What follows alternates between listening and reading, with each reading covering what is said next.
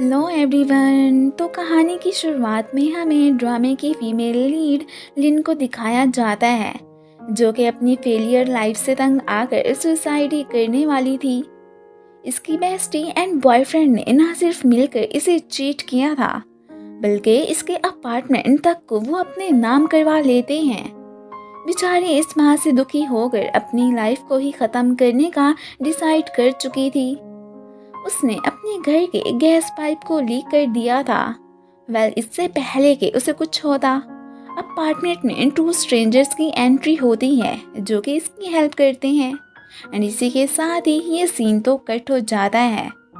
अगले सीन में लिन को जब होश आता है तो वो खुद को अपने ऑफिस में देखकर शॉक रह जाती है कि ये क्या बात हुई, मरने के बाद भी मुझे ये काम करना पड़ेगा। अब फिर अपनी कॉलीग डियान को देखकर ये और दुखी हो जाती है कि तुमने आखिर क्या किया था जो फिर तुम्हें भी मरना पड़ा। वो उसे कहती है कि पहले तो ये बताओ, तुम्हारा दिमाग तो ख़राब नहीं हो गया? क्या फजूल बातें कर रही हो? तुम्हें बॉस ने शंघाई प्रोजेक्ट की बात करने के लिए अभी के अभी ऑफिस बुलाया है, सो वहाँ जाओ। वो हैरान कि ये तो मैंने कब का कंप्लीट कर लिया हुआ है, फिर से इसकी बात क्यों हो रही है।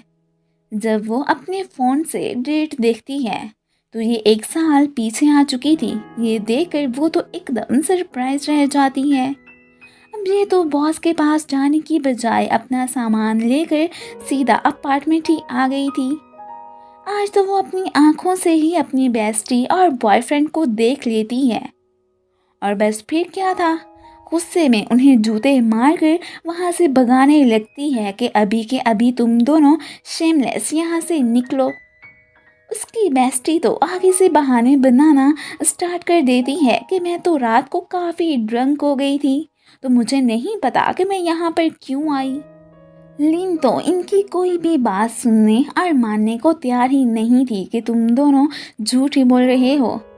अब वो जो बेस्टी के सैंडल को बाहर फेंकती है तो वो सीधा जाके लगता है किसी और पर्सन को, जो कि इस ड्रामे का मेल लीड है जियांग। जियांग अपने कज़न जूहो के साथ यहीं पर ही रहता है, जो कि उसका असिस्टेंट भी है। ये दोनों ही लिन को अपनों के हाथों चीट होते देख चुके थे और जियांग को तो इसके लिए काफ़ी बैड भी फील होता है। दूसरी तरफ ऑफिस में बॉस लिन को खूब डांटते हैं कि तुमसे तो कोई काम ढंग का होता ही नहीं है, चलो निकलो मेरे ऑफिस से। अब इधर मिस्टर शिया को जियांग की कॉल आती है एंड कॉल सुनने के बाद जब वो इसे कट करते हैं तो वो लिन को सिर्फ आज के दिन रुकने का मौका देते हैं कि तुम्हें मेरे साथ एक मीटिंग पे जाना है, सो कल से तुम्हारी छुट्टी। वो तो इस बात से खुश हो जाती है कि चलो कम से कम मुझे आज का दिन तो मिला। अब फिर हमें इनकी मीटिंग का सीन दिखाया जाता है, जहाँ पर हमारे हीरो की बिल्कुल एकदम बहुत धमाकेदार एंट्री होती है और लिन भी उसे बस देखती ही रह गई थी और साथ में रिमेंबर भी करती है कि अरे ये तो वही पर्सन है जिसे कल जूता लगा था। जियांग का असिस्टेंट जूहू तो लिन के प्रपोजल की काफ़ी बुराइयां करने लगता है कि वो बिल्कुल भी अच्छा नहीं था। अगर तुम लोग अपनी पार्टनरशिप को बरकरार रखना चाहते हो तो हमें और प्रपोजल बनाकर दिखाओ। ये सुनकर लिन उठ खड़ी होती है एंड उनसे अपोलोजाइज करती है कि वो एक्चुअली में मैंने ही बनाया था और साथ में उन्हें अपना न्यू प्रपोजल दिखाने की बात करती है कि उम्मीद है वो आपको अच्छा लगेगा। उसके इस बिहेवियर से जियांग तो काफ़ी इम्प्रेस हुआ था और वो तो उसे एक और मौका भी दे देता है। अब ये सब देख मिस्टर शिया तो शॉक के वाह, आज लिन ने तो कमाल ही कर दिया। अब फिर हमें लिन की क्लास रीयूनियन का सीन दिखाया जाता है, जहाँ पर सभी फ्रेंड्स इकट्ठे हुए थे और इधर ही उसकी बेस्टी भी मौजूद थी। वो तो सबके सामने लिन को काफ़ी पॉइंट आउट करने लगती है कि इसने मुझसे मेरे बॉयफ्रेंड को छीन लिया और सारे फ्रेंड्स को ये भी कहने लगती है कि ये जितनी शक्ल से इनोसेंट लगती है उतनी ही दिल की बहुत ही बुरी है।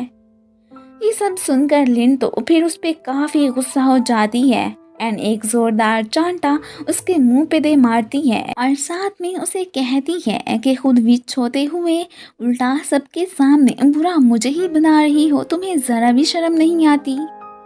जियांग जो इसी रेस्टोरेंट आया था ये सब कुछ देख लेता है। बेस्टी विच भी बदले में लिन को थप्पड़ मारने ही लगती है तो वो उसका आगे से हैंड पकड़ लेती है।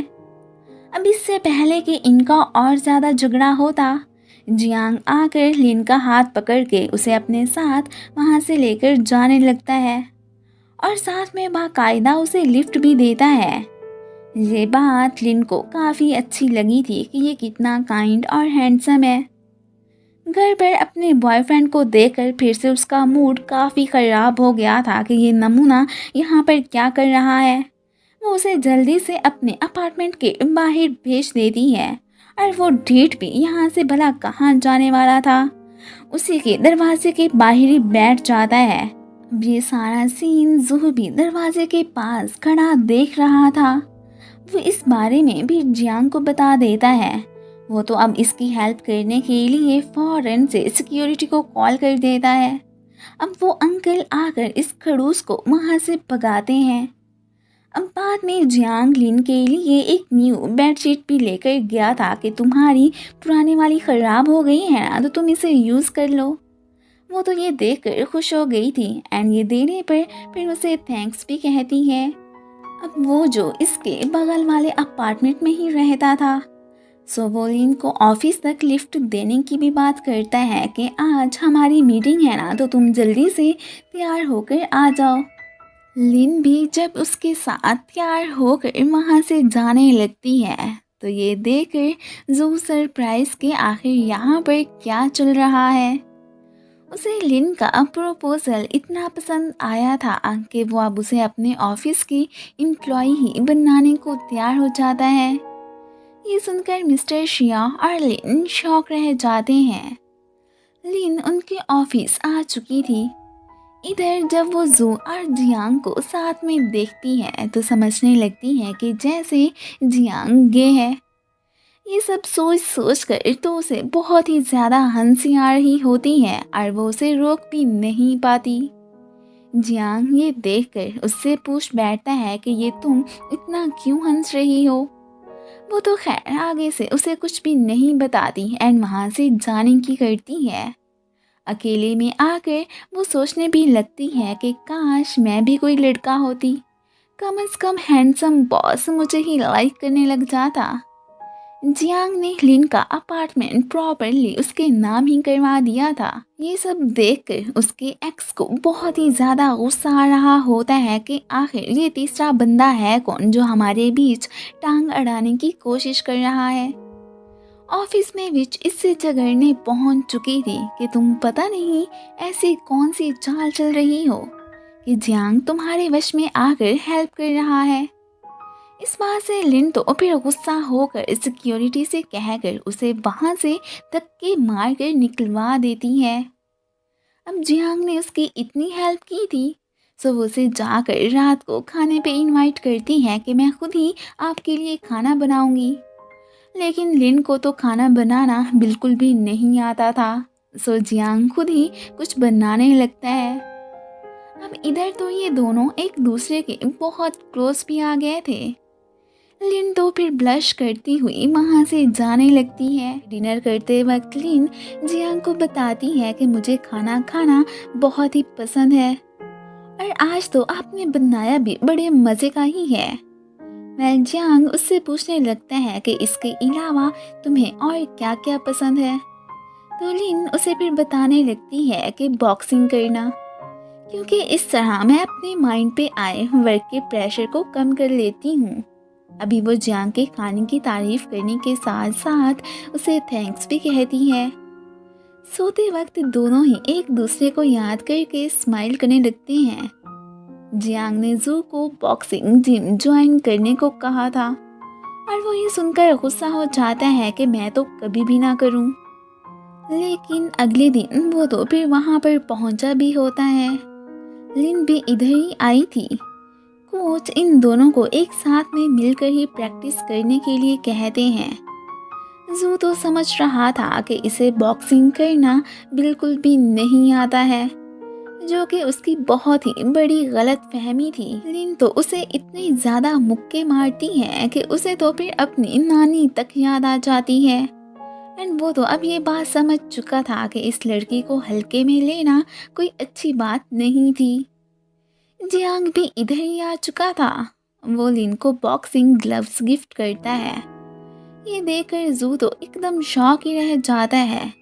अब वो तो इतना जान गया था कि लिन को देखने के लिए ही इसने मुझे ज़बरदस्ती बॉक्सिंग क्लासेस ज्वाइन करवाई हैं। अब एक्स साहब फिर से लिन को तंग करने यहीं पर ही आ चुके थे। वो इसे और जियांग को लेकर काफ़ी पॉइंट आउट भी करने लगता है और ये बात लिन को बिल्कुल भी अच्छी नहीं लगती। वो गुस्से में आकर इसे चांटा दे मारती है, इससे पहले कि अब ये साहब उसे हर्ट करता। जियांग ऊपर से आ जाता है और साथ में एक्स को वार्न भी करता है कि नेक्स्ट टाइम मेरी गर्ल की तरफ आंख उठाकर देखने की भी हिम्मत ना करना। ये कहकर वो तो लिन को किसी कर लेता है। फिर बाद में जू जियांग से कहता है कि यार वो तुम्हारी फर्स्ट किस थी, तुम ऐसे कैसे उस लड़की को कर सकते हो। जियांग को तो इस बात की कोई भी परवाह नहीं थी। अब जू को भी अंदाज़ा हो ही जाता है कि ये लिन से लव करने लगा है। उधर लिन भी जियांग के साथ हुई किस को रिमेंबर करके स्माइल ही करने लगी थी। वर्क में लिन की कारकर्दगी देखकर जियांग ने उसे प्रमोशन दे दी होती है। अब इनके कहने पर उसे एक सप्लायर से मिलने भी जाना था। नेक्स्ट सीन में वो उस पर्सन से मिलने एक सैलून ही आ चुकी थी। इसका एक्स भी इधर ही आ जाता है और वो तो दोनों के साथ में फोटोज क्लिक करने लगता है। रात को लिन जियांग को इसकी रिपोर्ट देने पहुंच चुकी थी। वो जू को एक बहाने से वहां से भेज देता है और खाना लिन को टेस्ट करवाने ही लगता है कि ऊपर से जू आ जाता है कि जो सॉल्ट लेने आपने मुझे भेजा था वो तो इधर ही पड़ा हुआ है। नेक्स्ट डे अब लिन की उस आदमी के साथ ली गई फोटोज जब जू देखता है तो फौरन से उसकी शिकायत लगाने जियांग के पास आ जाता है कि देखो वर्किंग आवर्स के दौरान ये किससे मिलने गई हुई थी। वेल जियांग को इस बात की कोई भी परवाह नहीं होती और वो जू को बताता है कि ये पर्सन जिसे हम प्रोजेक्ट्स के लिए रिलायबल समझते थे, लिन ने ही पता करवाया है कि ये तो ब्राइब्स वगैरह ही लेता है। सीखो उससे कुछ तुमसे ज़्यादा तो वही बेटर है। ये सुनकर उसकी तो फिर शक्ल देखने वाली थी। अब जियांग तो लिन के पास जाकर उसके हेयर्स पीछे करने लगता है कि ये तुम्हारी आंखों में आ रहे हैं। वो तो जियांग के चाव में एकदम खो ही जाती है। वेल फौरन से साइड पे जाने लगती है कि ये मैं बॉस के बारे में क्यों सोच रही हूँ और साथ में वो तो एक गे हैं। नेक्स्ट सीन में हमें दिखाया जाता है कि जियांग अपनी मॉम से मिलने आया था और वो जो इसके रिलेशन के बारे में जानना चाहती थी उनकी अनसुनी करते हुए ये तो मॉम को ब्यूटी सैलून का एक वीआईपी कार्ड देकर वहाँ से चला जाता है। अब उस प्लेस पर आकर मॉम को पता चलता है कि इसने 2 वीआईपी कार्ड्स बाय किए थे। वो दूसरे पर्सन का पता चलाने लगती हैं।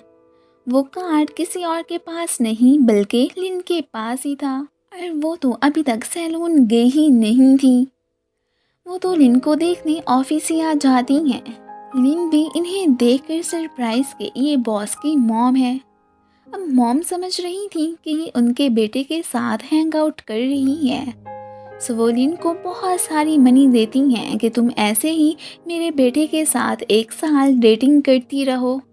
अब लिन समझने लगती है कि शायद ये अपने बेटे की गेनेस को छुपाने के लिए मुझे उसकी गर्लफ्रेंड बनाना चाहती हैं।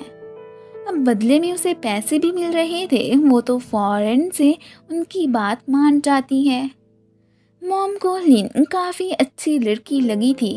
उन्हें इसके बैकग्राउंड वगैरह से कोई भी वास्ता नहीं था। वाह क्या मॉम है जो कि अपने बेटे से डेट करने के लिए लड़की को पैसे भी दे रही हैं। लिन तो हवाओं में ही उड़ने लगती है और जियांग को कॉल करके कल अपने साथ डिनर करने के लिए कहती है। वो भी खुशी खुशी उसके साथ डेट पे जाने को तैयार हो गया था। लिन ने तो डिनर करने के लिए बहुत ही रोमांटिक और ब्यूटीफुल प्लेस को चूज़ किया था।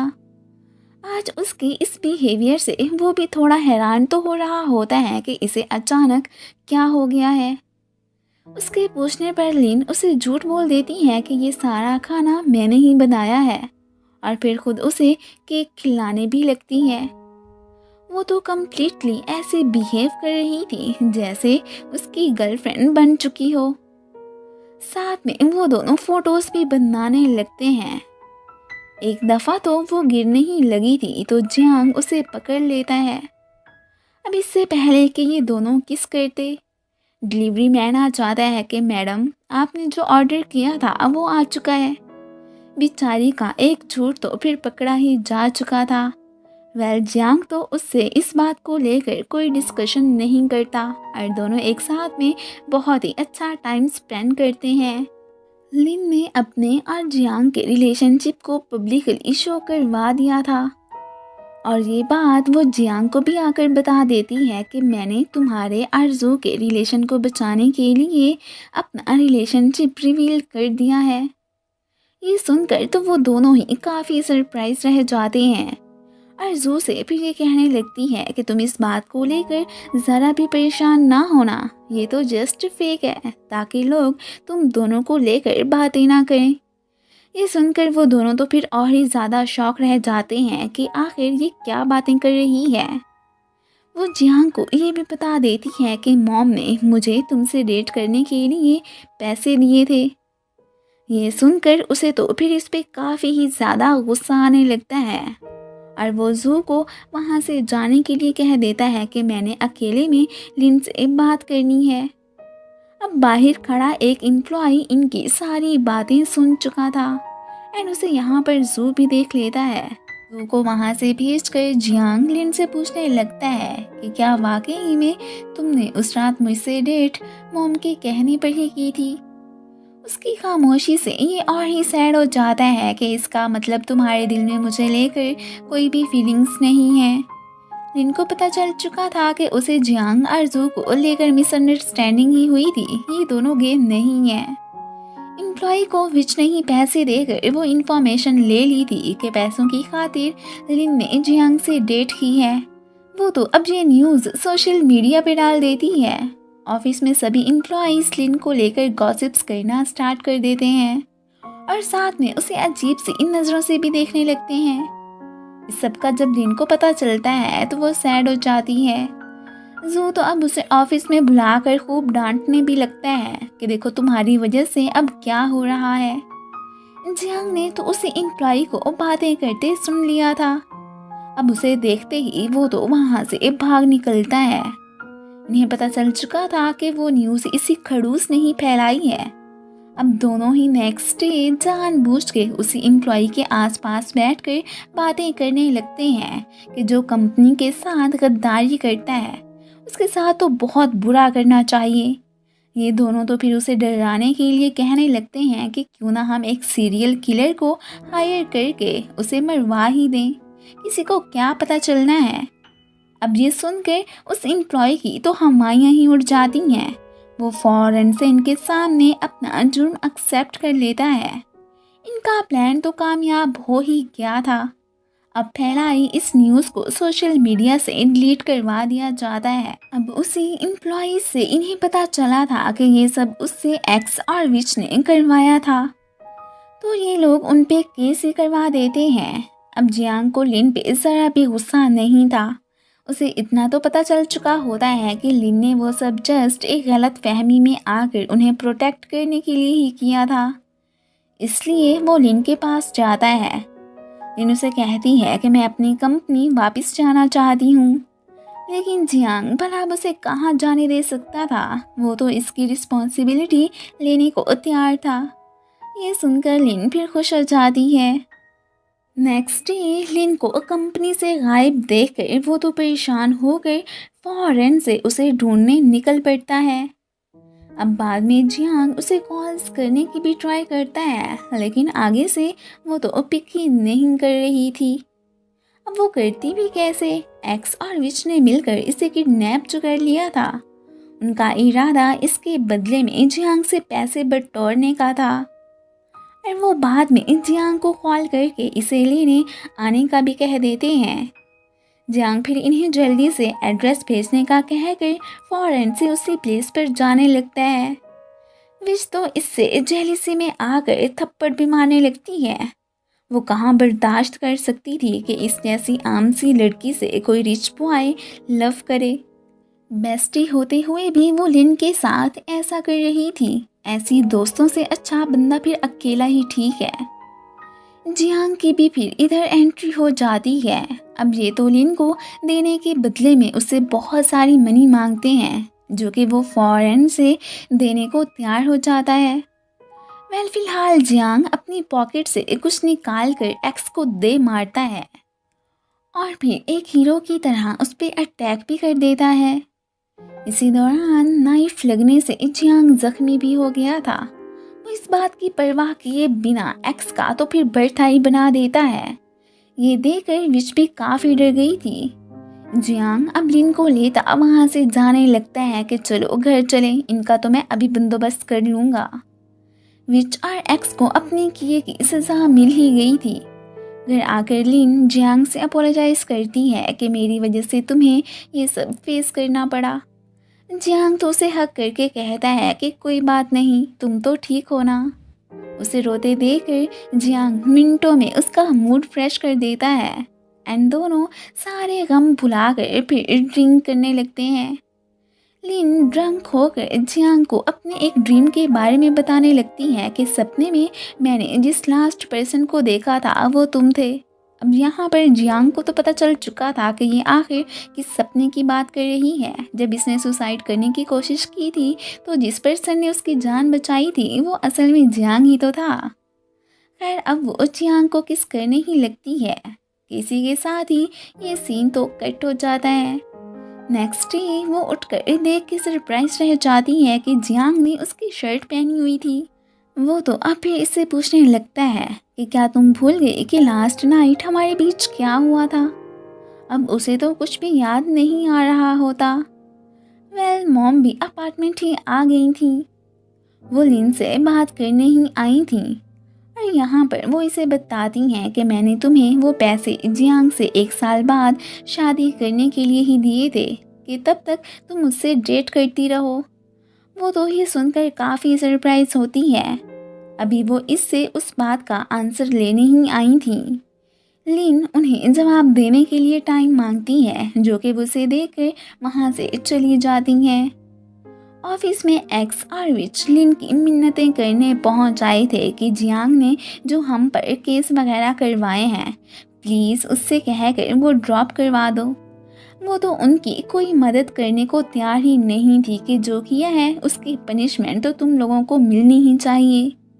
जियांग ने इसे ऑफिस में वर्क के सिलसिले में ही बुलाया था एंड इधर वो लिन का अब एक बॉयफ्रेंड की तरह ही ख्याल रखता है। वो तो इससे फिर से रात वाली बात को लेकर डिस्कशन करने लगती है कि क्या वाकई में लास्ट नाइट हमारे बीच कुछ हुआ था। खैर वो तो इसकी बात को फिर चेंज कर देता है। इधर तो वो दोनों एक दूसरे के बहुत क्लोज भी आ चुके थे, लेकिन अभी वो कुछ ऐसा वैसा करने की बजाय काम पे ही फोकस करते हैं। लिन अपना प्रोजेक्ट कंप्लीट करने के बाद कंपनी वापस ही आ चुकी थी। डियान उसे कॉन्ग्रेट्स कहती है। मिस्टर शिया भी उससे काफ़ी खुश थे, लेकिन वो जियांग को यूं छोड़कर आने पर काफ़ी दुखी होती है।